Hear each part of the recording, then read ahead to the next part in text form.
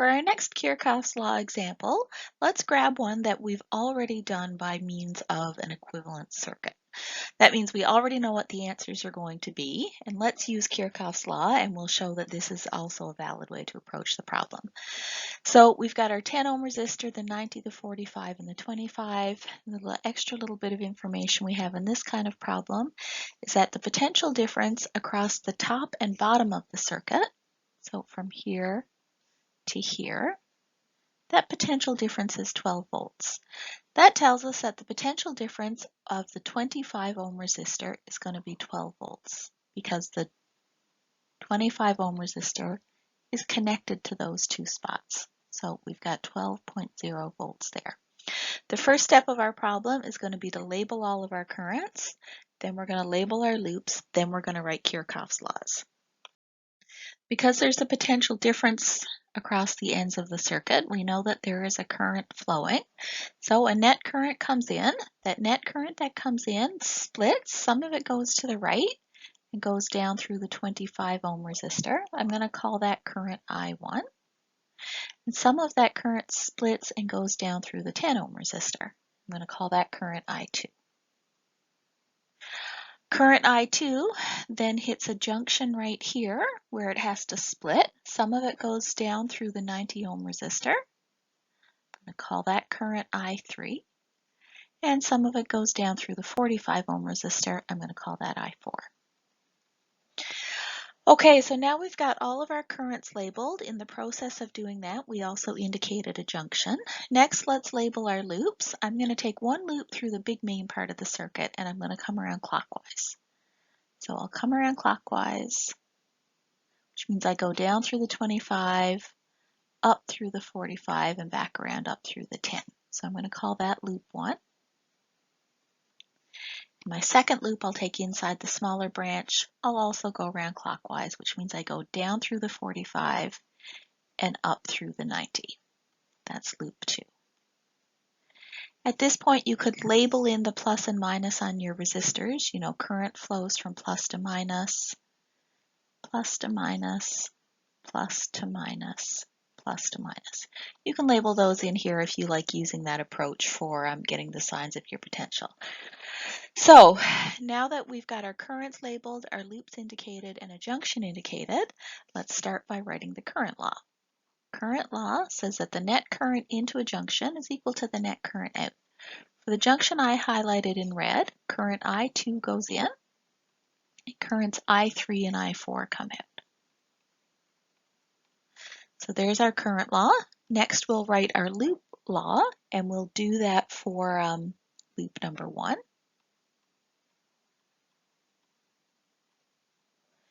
For loop number 1, as we come around the loop 1, so we see that the orientation of our loop is the same sense as the orientation of our current I1. So there's a potential drop going across the 25 ohm resistor. You can write this down in terms of potentials first. I think I'm going to skip that step. So I know that the potential drop across the 25 ohm resistor is 12 volts. I know that because we discussed it on the previous slide. It's because of the fact that there's 12 volts across that branch of the circuit. Next, I come to my 45 ohm resistor.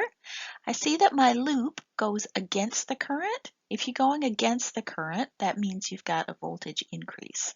Another way to think of it is that you're going from a positive potential to, you're going from the negative end to the positive end when you go in the orientation of the loop, because the loop goes upwards through the 45. That leads to a potential increase.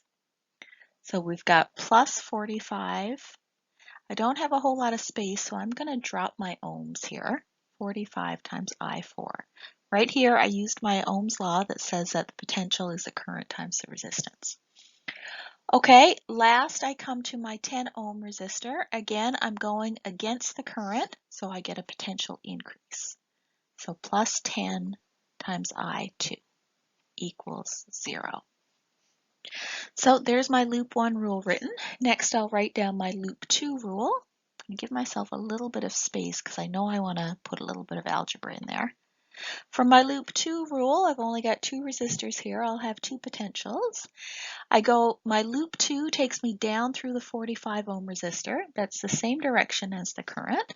So I've got minus 45 ohms. Again, I'm just going to drop my units. So minus 45 times the current I4. I go up against the current through the 90 ohm. That's a potential increase. I'm going from negative to positive. So plus 90 times I3. And that gives me, when you sum them together, it gets 0. Okay, so now what I'd like to do is solve my algebra together. I've got 3 equations, I've got 3 unknowns, so I can solve this. I'll take my equation from my loop 1 rule, and I'm going to rearrange that to solve for I2. So 10I2 equals 12 volts minus 45 times I4.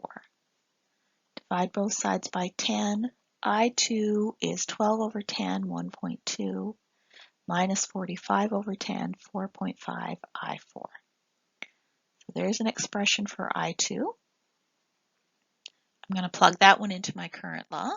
I'm going to use my loop 2 rule, and I'm going to get an expression for I3, and I'm going to plug that into my current law as well. So 90I3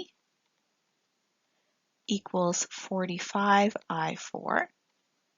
So I3 equals 45 over 90, or 0.5 I4. There's an expression for I3 in terms of I4. Now, both of those guys pop into our current law.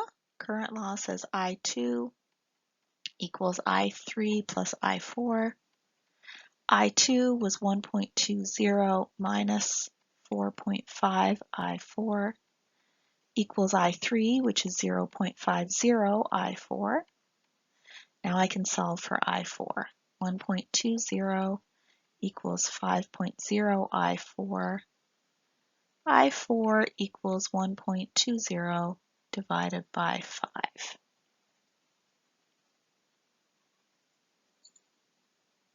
And let's see what that gives me.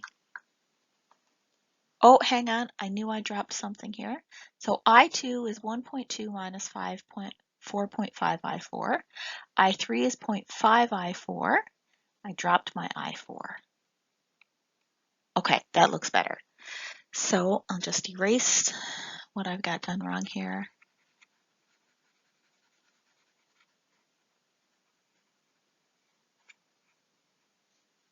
So 1.2 equals 4.5 plus 0.5 plus 1 equals 6. I4. So I4 equals 1.20 divided by 6. And 1.20 divided by 6 gives us 0.20 amps. Okay, we're doing pretty good here. We've got an expression. We know our I4. We can use that to find I3 and I2, and then we're also going to have to find I1. Now that we have I4, we can go ahead and find I2. I2 is 1.20 minus 4.5 times I4, but I4 is 0.2 amps. So that gives us that our I2 is 0.30 amps. And what else? Let's find our I3. I3 is equal to 0.5 times I4, where I4 is 0.2 amps. So that gives us our I3 is 0.10 amps. Then the last thing we have to figure out is what is I1. So what is the current through the 25 ohm resistor? For that guy, we can just use Ohm's law. We know that the potential across it is 12 volts, and we know the resistance is 25 ohms. So V equals IR tells us that I is equal to V over R. 12 volts over 25 ohms gives us a current of 0.48 amps.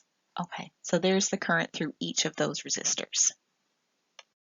The next thing I did, because I just like wasting so much time on those FET simulations, is I made this circuit on a FET simulation, and I used that to measure the currents. So if I click on each resistor, we see the values 10, 90, 45, and 25. To establish a 12 volt potential difference across the two ends, I'm just going to attach a 12 volt battery to those ends. So I'll put some wires on that 12 volt battery, trying to be careful to make the positive end of the battery match what I did in my problem on the last slide. Now it's all connected. We see the current is flowing. Now I'm just going to use my ammeter in all the various branches. So it shows that the net current put out by the battery is 0.78 amps. The current through this resistor is 0.48, through the 10 ohm is 0.3, through the 90 is 0.1, and through the 45 is 0.2. Those recombine to give 0.3. And then in the end, 0.78 also comes out. So our simulation backs up what we did. We can also grab our voltmeter just to measure the potentials. So the potential across our 25 ohm resistor is the 12 volts that we said it was going to be. And then we've got across those two branches is also 12 volts. Across the 90 ohm resistor is 9 volts. Across the 45 is also 9 volts because they're in parallel. And across the 10 ohm is 3 volts, where the 3 and the 9 add up to give us 12. So our simulation backs up the result that we found with our workings both ways.